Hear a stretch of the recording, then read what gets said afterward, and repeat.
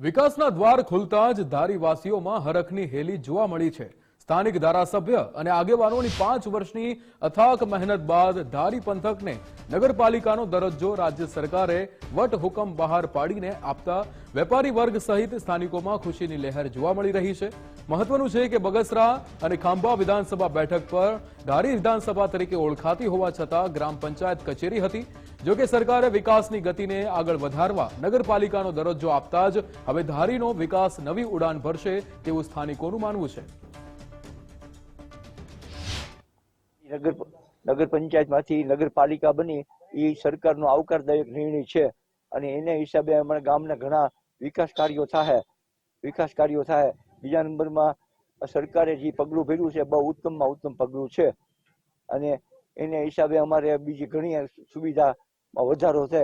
અમારા ગામમાં safari park છે, ખોડિયાર ડેમ છે અને બીજે આ પાંચ પંચાયતો જુદી જુદી એનો વહીવટ હતો એ હવે આ બધું એક થાય એના હિસાબે અમારે ઘણો લાભ થાય અને આવકારદાયક છે। મુખ્યમંત્રી સાહેબે જે વટહુકમ બહાર પાડી અને જે 5 ગ્રામ પંચાયતો છે તેને ધારીમાં ભેળવી અને ધારી નગરપાલિકાનું સ્વરૂપ આપ્યું જે ખૂબ જ આનંદ અને લાભની વાત છે, કેમ કે જેનાથી ગામનો સારો એવો વિકાસ થશે। પર્યટન એક તો સફારી પાર્ક છે અને બીજા નંબરે પર્યટન સ્થળમાં પણ માણસોની અવર જવર વધશે અને ગામને ગ્રાન્ટ અત્યારે જે ગ્રામ પંચાયત હતી જેના હિસાબે ગ્રાન્ટો ખૂબ જ ઓછી આવતી અને હાલના તબક્કે જે નગરપાલિકા થઈ છે જેની હિસાબે ગામને ગ્રાન્ટ પણ વધુ મળશે અને ગામનો વિકાસ પણ વધુ થશે।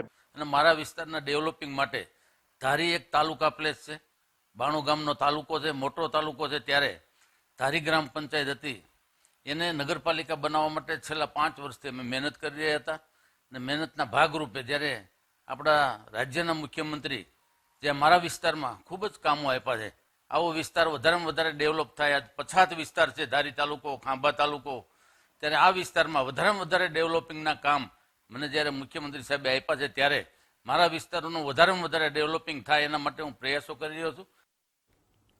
મહત્વનું છે કે શહેર એક જ છે। આસપાસની પ્રેમપરા, હીરપરા, વેકરિયાપરા સાથે નવાપરા અને લાઇનપરા જૂથ ગ્રામ પંચાયત સાથે કુલ 5 ગ્રામ પંચાયતો અલગ અલગ હોવાના કારણે નગરપાલિકાનો દરજ્જો મળતો ન હતો।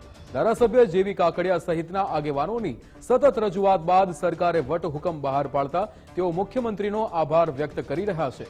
જાણવું એ પણ જરૂરી છે કે 5 ગ્રામ પંચાયતોમાંથી એક ધારીપાલિકા આગામી દિવસોમાં નિર્માણ થશે, ત્યારે કરોડો રૂપિયાની સરકારી ગ્રાન્ટ નગરપાલિકાને મળતા ધારીનો વિકાસ નવી કેરી કંડારશે। ધારી ગ્રામ પંચાયતમાંથી ધારી નગરપાલિકા જાહેર કરવામાં આવી છે।